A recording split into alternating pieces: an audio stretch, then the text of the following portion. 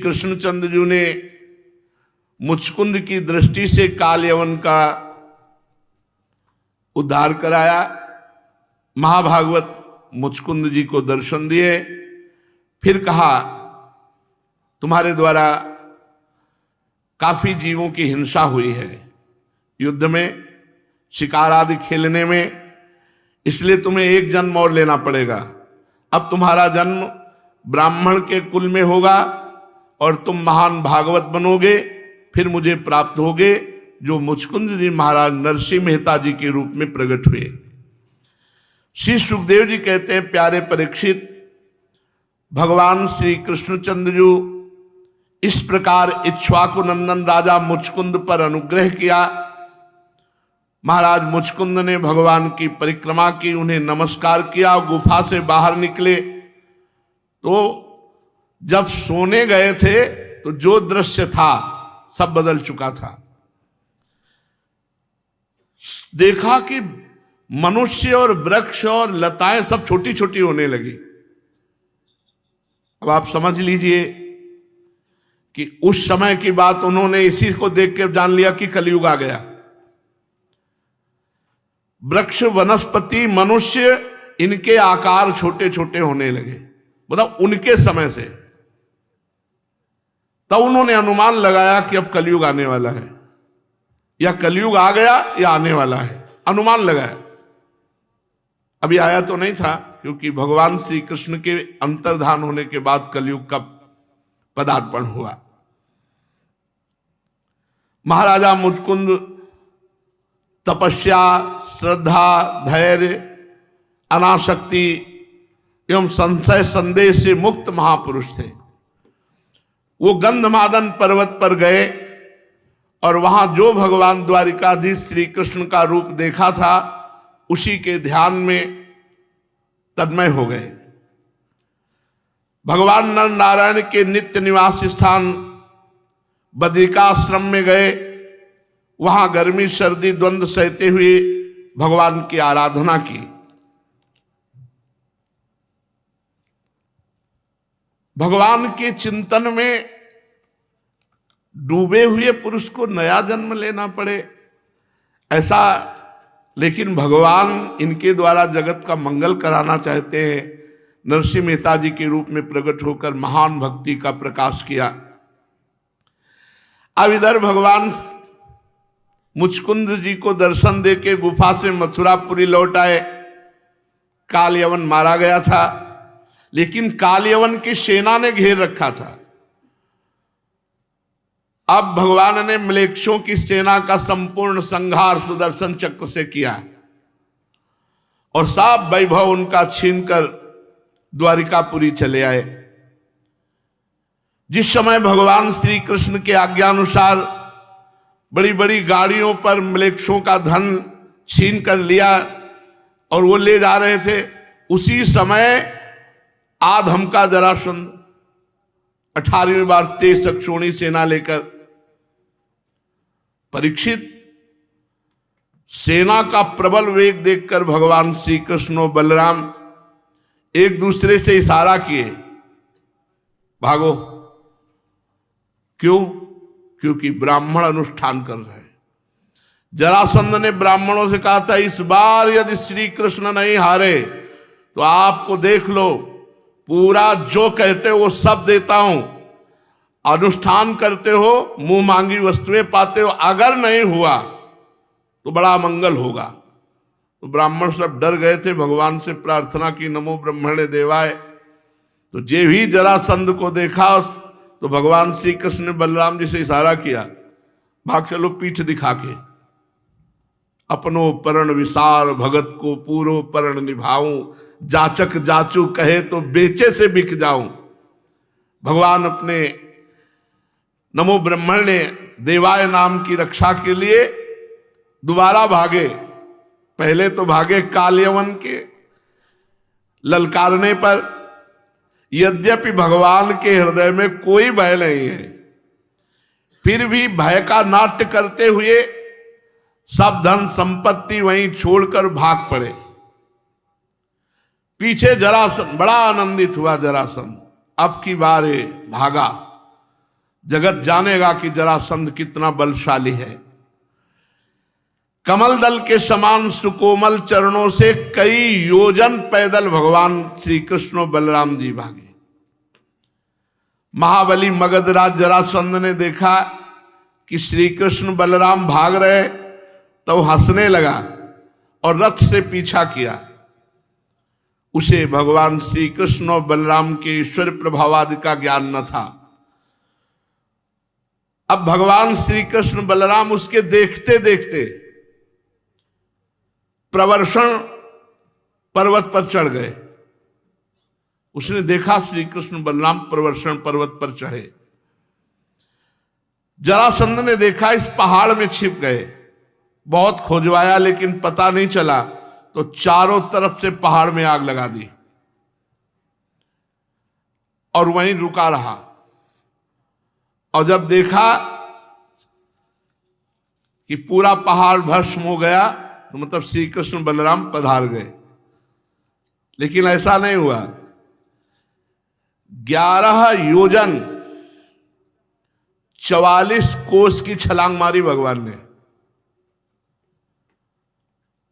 44 कोस, 11 11 चौको 44,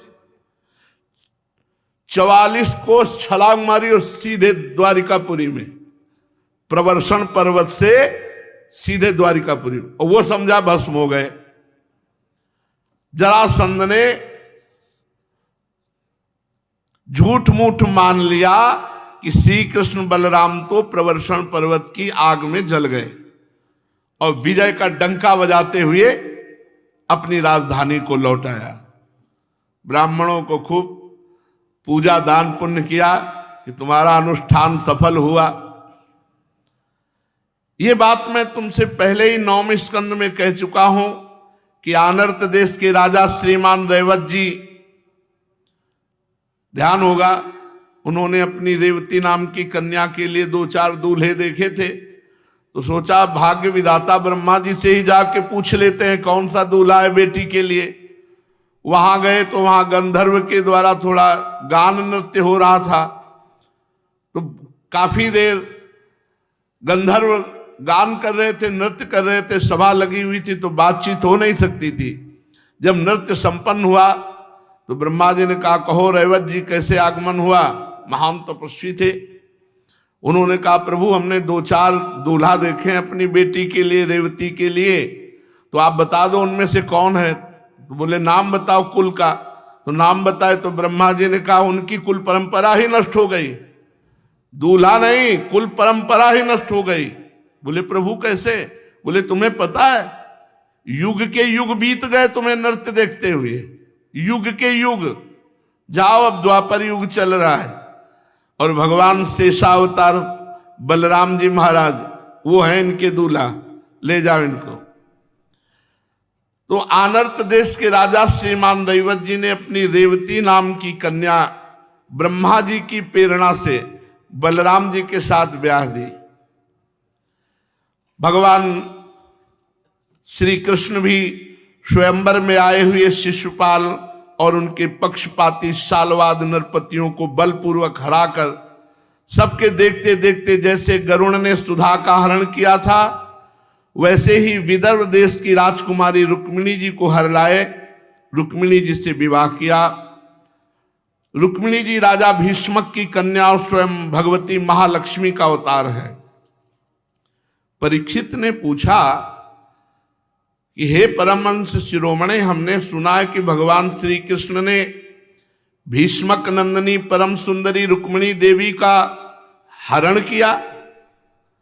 ये हरण तो राक्षस विधि विवाह है, भगवान ने ऐसा क्यों किया, हरण क्यों किया।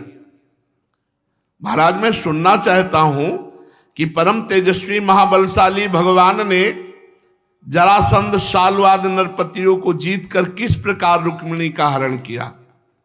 ब्रह्मर्षि, भगवान श्री कृष्ण की लीलाओं के संबंध में क्या कहना है। भगवान की लीलाएं इतनी पवित्र हैं कि जो सुने जो सुनाए तो उसके सारे पापों का नाश कर देती है, परम पवित्र कर दे। श्रवण मंगलम, भगवान की चर्चा सुनने मात्र से सारे पाप नष्ट हो जाते हैं। भगवान की लीला में ऐसी लोकोत्तर माधुरी है कि बार बार वही चर्चा सुनने पर नया नया रस जान पड़ता है।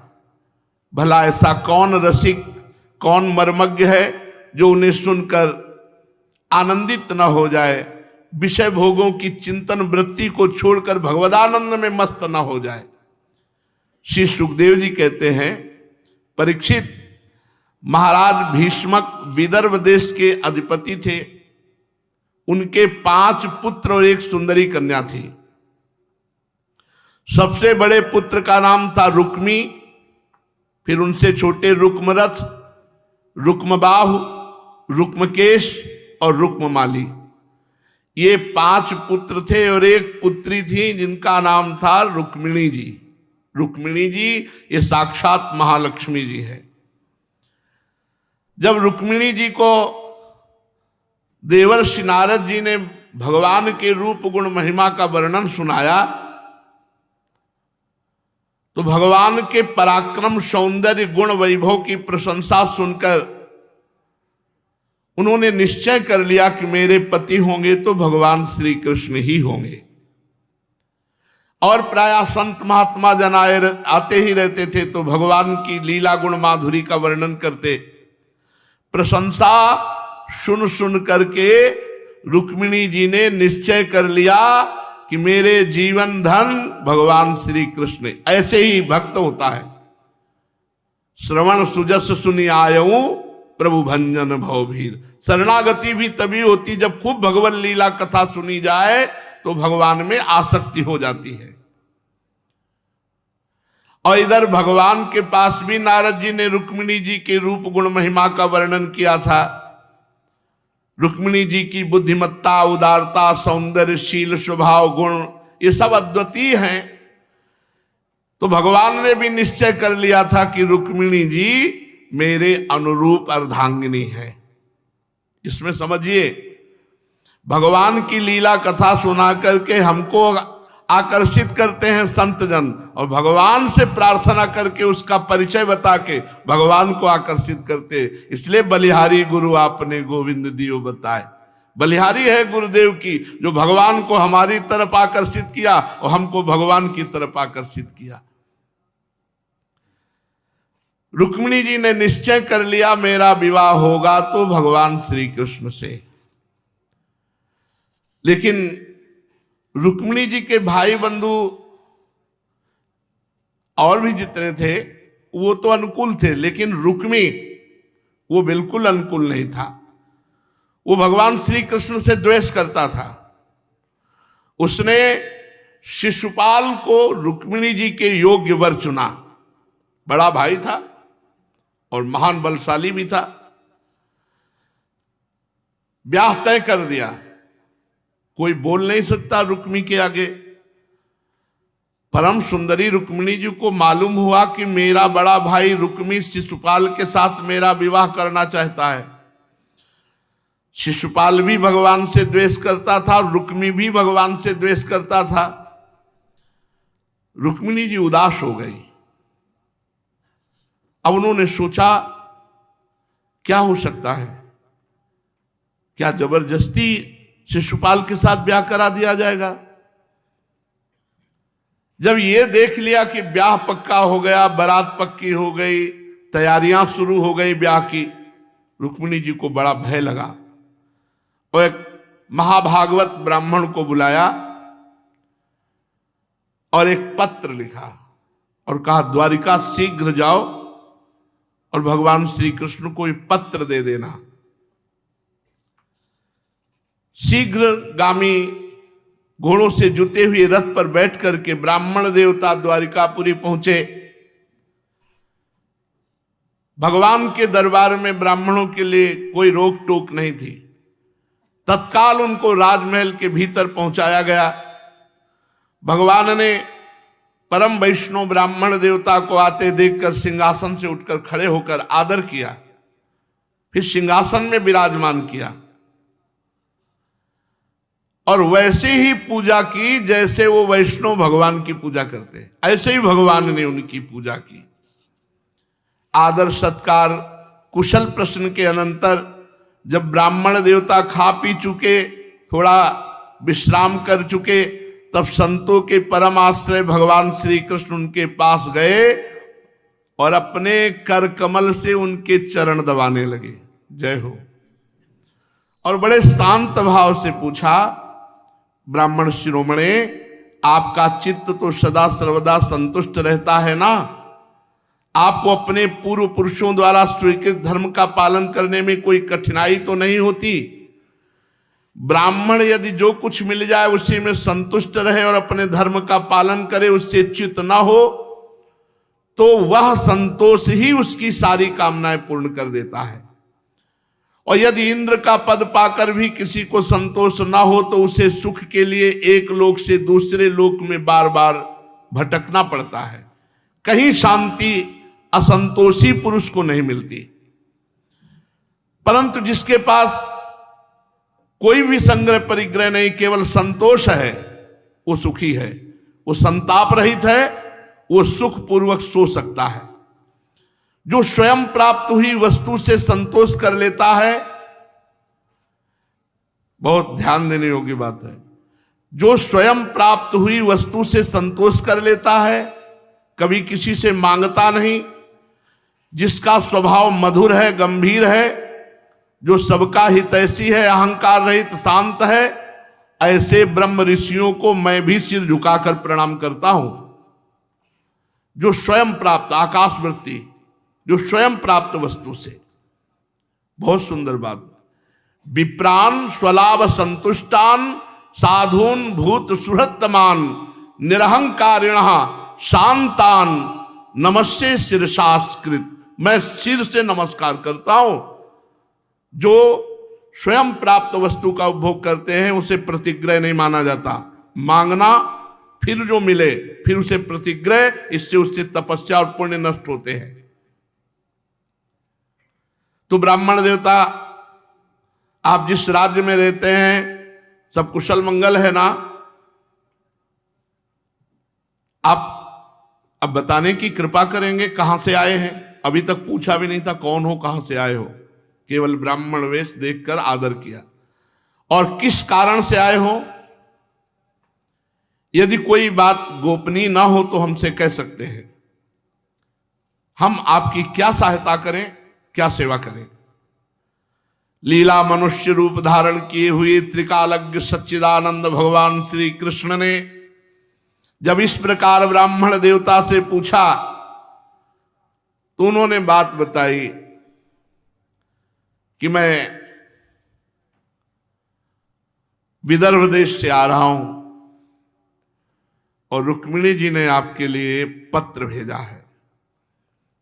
भगवान ने पत्र, बड़ा सुंदर पत्र लिखा है श्री रुक्मिणी जी ने। श्रुत्वा गुणान भुवन सुंदर शृण्वतां ते निर्विश्य कर्ण विवरैर हरतोंगतापम रूपम दृशाम दृश्मताम अखिलार्थ लाभम त्वयि अच्युता विसति चित्तम पत्रपम में। त्रिभुवन सुंदर, ये पत्र है रुक्मिणी जी का। त्रिभुवन सुंदर, आपके गुणों को जो सुनने वालों के कानों के रास्ते हृदय में प्रवेश करके एक एक अंग के ताप को, जन्म जन्म की जलन बुझा देते हैं, तथा अपने रूप सौंदर्य को जो नेत्र वाले जीवों के नेत्रों के लिए धर्म अर्थ काम मोक्ष चारों पुरुषार्थों के फल एवं स्वार्थ परमार्थ सब कुछ है। प्रभु, आपकी चर्चा सुन करके मेरा चित्त लज्जा आदि को छोड़कर केवल आप में ही प्रवेश कर गया है। प्रेम स्वरूप श्याम सुंदर, का त्वा मुकुंद महती कुलशील रूप विद्या वयो द्रविण धाम अभिरात्म तुल्यम धीरा पतिम कुलवती नवृणीत कन्या काले नृसिंह नरलोक मनोभिरामम तन्मे भवान खलु वृतः पतिरंग जाया मात्मार्पितश्च भवतोत्र विभो विधेहि मा वीर भागमभि मर्षतु चैद्यारात् गोमायुवन मृगपतेर बलिमंबुजाक्ष। हे प्रेम स्वरूप श्याम सुंदर, चाहे जिस दृष्टि से देखें, कुल, शील, स्वभाव, सौंदर्य, विद्या, अवस्था, धन, धाम, सभी में आप अद्वितीय हैं। आपके समान कोई नहीं है। मनुष्य लोक में जितने भी प्राणी हैं, सबका मन आपको देखकर शांति का अनुभव करता है, परम आनंदित होता है।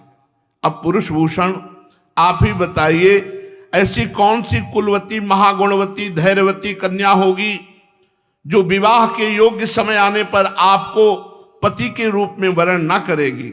इसलिए प्रीतम, मैंने आपको पति रूप में वरण किया है। मैं आपको आत्मसमर्पण कर चुकी हूं। आप अंतर्यामी हैं, मेरे हृदय की बात आपसे छिपी नहीं है। आप यहां पधारिए और मुझे पत्नी रूप में स्वीकार कीजिए। हे कमल नयन, हे प्राणवल्लभ, मैं आपको समर्पित हो चुकी हूं। अब जैसे सिंह का भाग सियार छू जाए, वैसे कहीं शिशुपाल आदि निकट से आकर मेरा स्पर्श न कर दे, ये बात आप ध्यान रखिए। यदि मैंने जन्म जन्म में पूर्ति, यज्ञ, दान, नियम, व्रत, देवता, ब्राह्मण, गुरु आदि की भगवान की आराधना की है, तो मुझ पर प्रसन्न हो और भगवान श्री कृष्ण आकर मेरा पाणी ग्रहण करे, शिशुपाल आदि दूसरा कोई भी पुरुष मेरा स्पर्श न कर सके। प्रभो, आप अजित है। जिस दिन मेरा विवाह होने वाला हो, उसके एक दिन पहले आप हमारी राजधानी में गुप्त रूप से आ जाइए और फिर बड़े बड़े सेनापतियों के साथ शिशुपाल, जरासंध की सेनाओं को मथ डालिए, तहस नहस कर दीजिए। और मेरी इच्छा है, आप बलपूर्वक राक्षस विधि से वीरता का मूल्य देकर मेरा पाणी ग्रहण कीजिए। राक्षस विधि अपहरण, मेरा अपहरण कीजिए। यदि आप सोचते हो कि तुम तो अंतःपुर के भीतर जनाने महलों में पहरे के अंदर रहती हो, तुम्हारे भाई बंधुओं को मारे बिना मैं तुम्हें कैसे अपहरण कर सकता हूं, तो उसका उपाय मैं बताती हूं। पत्र में लिखा है रुक्मिणी जी, पूरा है। हमारे कुल का ऐसा एक नियम है कि विवाह के पहले दिन कुल देवी के दर्शन करने के लिए एक बहुत बड़ी यात्रा होती है। उसमें विवाही जाने वाली कन्या दुल्हन को नगर के बाहर गिरजा देवी के मंदिर में जाना पड़ता है। कमल नयन, उमापति भगवान शंकर के समान बड़े बड़े महापुरुष भी आत्मशुद्धि के लिए आपके चरण कमलों की धूलि से स्नान करना चाहते हैं। यदि मैं आपका वो प्रसाद, आपकी वो चरण धूलि नहीं प्राप्त कर सकी, तो व्रतों के द्वारा शरीर को सुखा करके प्राण छोड़ दूंगी, पर और किसी का वरण नहीं करूंगी। चाहे उसके लिए मुझे सैकड़ों जन्म लेना पड़े, हर जन्म में आराधना करूंगी और आपको प्राप्त करूंगी। पत्र ब्राह्मण देवता ने कहा, यही मैं रुक्मिणी जी का अत्यंत गोपनीय संदेश लेकर आया हूं। अब आप विचार कर लीजिए और तुरंत कार्य कीजिए, क्योंकि समय नहीं है। भगवान श्री कृष्ण ने विदर्भ राजकुमारी रुक्मिणी जी का संदेश सुना और अपना करकमल बढ़ाकर ब्राह्मण देवता का हाथ अपने हाथ में लिया, हंसते हुए बोले, ब्राह्मण देवता, जैसे विदर्भ राजकुमारी चाहती है वैसा ही करूंगा, क्योंकि मैं भी उन्हें वैसा ही चाहता हूं। ये यथा माम प्रपद्यन्ते तास्तथैव भजाम्यहम्। भक्त जैसे भगवान को भजता है, भगवान वैसे ही उसको प्यार करते हैं। अगर वो कहते हैं कि मेरा चित्त आप में लगा रहता है, तो मैं भी कह रहा हूं कि मेरा चित्त उन्हीं में लगा रहता है।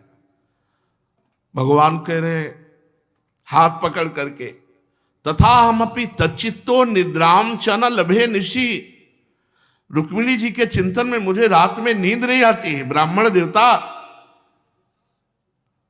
मैं जानता हूं कि रुक्मी ने द्वेषवश मेरा विवाह न करवा करके शिशुपाल का विवाह, परंतु देखिएगा ब्राह्मण देवता, जैसे लकड़ियों को मथ कर एक दूसरे से रगड़ कर उसमें से आग पैदा कर ली जाती है, ऐसे मैं इन क्षत्रिय कुल कलंकों का तहस नहस करके अपने से प्रेम करने वाली परम सुंदरी राजकुमारी रुक्मिणी जी का हरण करके लाऊंगा।